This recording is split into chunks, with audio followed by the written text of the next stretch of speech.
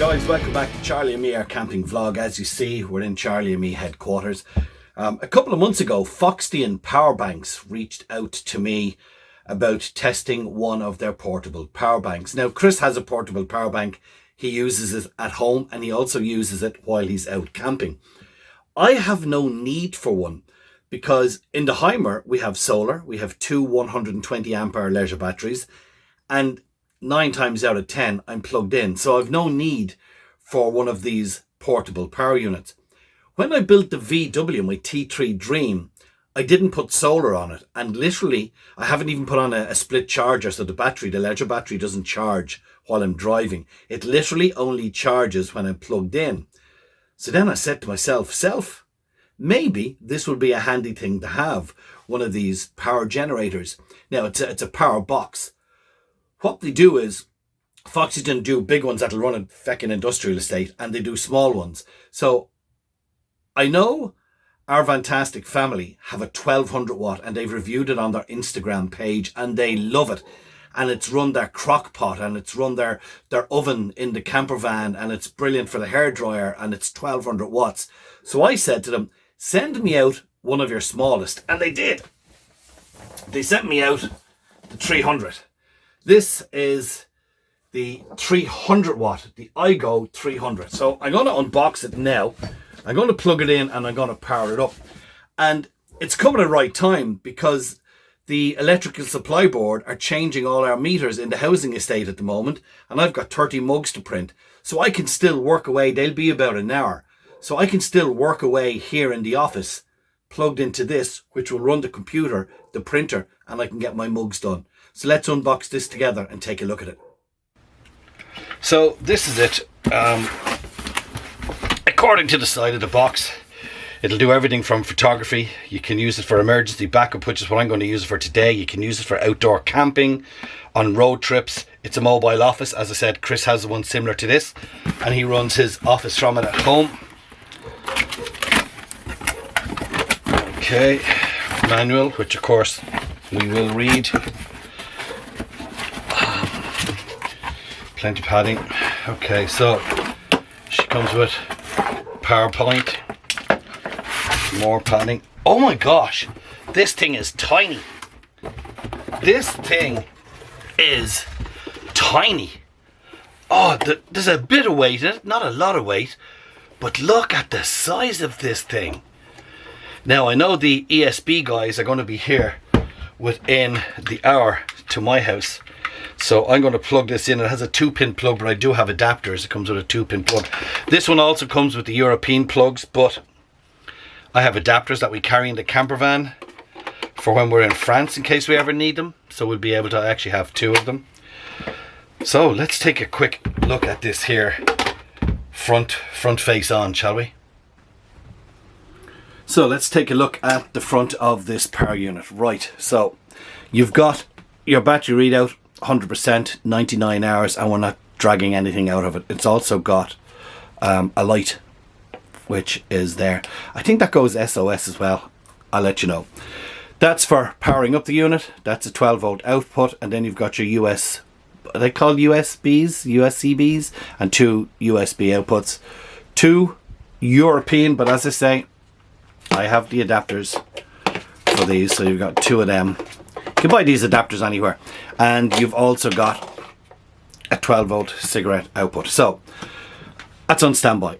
Flick on the AC and it lets you know you're on AC here. Give it a second and it'll tell you that you've 48 hours, 51 hours, 48 hours of AC output. Turn off the AC.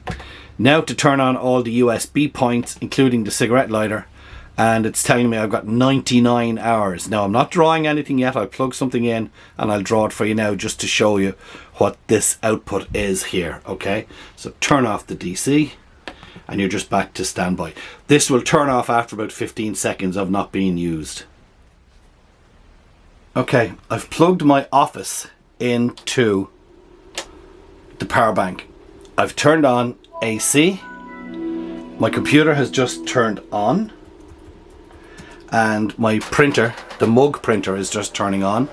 So according to this, with the printer on, with my computer on, I'm using about 70 watts and I've somewhere between 4 and 5 hours, but as you see, the battery is still 100%. Oh, I've also got that LED lamp on as well, plugged in through the office. So it's telling me I've got somewhere between 4 to 7 hours, 5 hours, 4 to 5 hours. I mean, I only need an hour, but I'm not going to do it now. I just wanted to show you what the crack was with this turned on. My office is pulling 63 watts at the moment. That's with the laptop, the screen, the printer, and the lamp. So it's paid for itself today, because as I say, the power is going to be off for an hour, and I've got 35 mugs to print. So really my plan for this is, okay, I get to use it today because the power is going to be off in the office. I'm going to carry this in the VW. I won't carry it in the HYMER.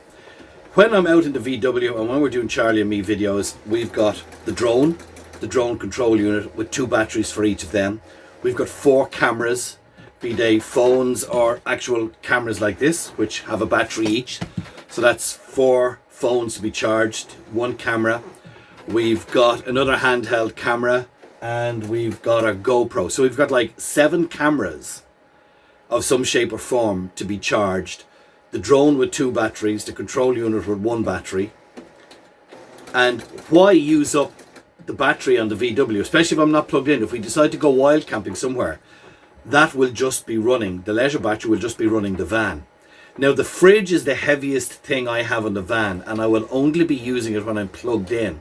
However, for the purpose of this unit, I am going to plug in the fridge on 12 volt, see how long. I know it'll drain the leisure battery overnight, but let's see if this will charge the leisure battery on the van. So when we head off in the VW next time, I'm going to bring the Foxtheon with me, the iGo300. It's only 300 watts. It's one of the smallest ones that they actually do. And speaking of small, it's a dainty size. I really, really love the size of this. So I'll bring this with me in the VW. I would plug the VW into this using the adapter and plug it in and use this as the mains and keep the leisure battery charged just to test this out. There are bigger ones available. I'll put the contact details on the website just down here. Check out what you need. If, like me, you don't really need one, but you think it's handy to have, like if you're doing photography or video work, powering power tools on a job site, perhaps drills and stuff like that, this little small one is the one to do. You can go up to the 1200. As I said, our fantastic family have the 1200. It ran the oven in their camper van. They do more wild camping. In fact, they do 99% wild camping, and they have found more uses for this. I personally will just use it for charging up our camera equipment, and the office today, but I will power up the van off it and show you the readings on the screen to how much power it uses up. And that's what we're going to do next.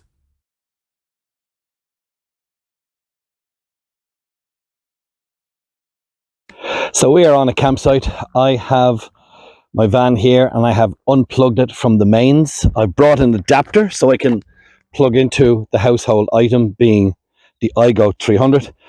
So let's see, at the moment I have my fridge, which is quite a heavy load running. My battery charger will be running, and I have 4 lights inside that are running. So let's see if this will power my camper van, for if ever my leisure battery went low, this could be the solution. So I have my adapter. We should plug in here. Now we'll turn on the AC power. Give it a second to power up. So my fridge is pretty heavy. Okay, it's reading an error, so just hang on 1 second. I actually had my 2 kilowatt heater plugged in, which is not good because this is only a 300 watt power unit. So as we can see, it's powering my fridge. It's powering the lights that are turned on. It's telling me I'm going to average somewhere between 6 and 7 hours. And the fridge is a pretty hefty load. So the iGo300 from Foxtheon.com, you can get them on Amazon, or you can go straight to their site and buy them there. They do them right up to charging, powering a house. I'd give it a thumbs up for what I would need it for. I think if you want to charge just phones, multimedia, and you don't want to be using your leisure battery, especially if you're in a smaller van, this is the ideal thing for you. As I said at the offset, Chris runs his house from a similar power bank, runs his home office from a similar power bank. I did it yesterday when we had a power failure in our house while the ESB were changing the meters around, and it ran the office no problem. The error code is a good thing. If you run something like 2 kilowatts, I saw it on our fantastic family. I think she plugged in an air fryer or something, and it was just too heavy for it. And that's what the error is. It doesn't trip out or anything. It just doesn't do anything. So when I unplugged the 2 kilowatt heater that was plugged in to the van, which comes on automatically, it cleared. So it ran all the lights in here. My laptop was on, and my fridge is pretty heavy, and it was going to do it for a good few hours. So all in all, the iGo300, which is the smallest one they do, is well worth it for the likes of that. If you're wild camping and you want to be able to run your oven and heavier things, you can go for the 1200 watt or bigger. That is it. From me, Aaron, from Charlie, thanks for watching the info video on Charlie and me, our camping vlog. Talk to you later. Take care. Bye-bye.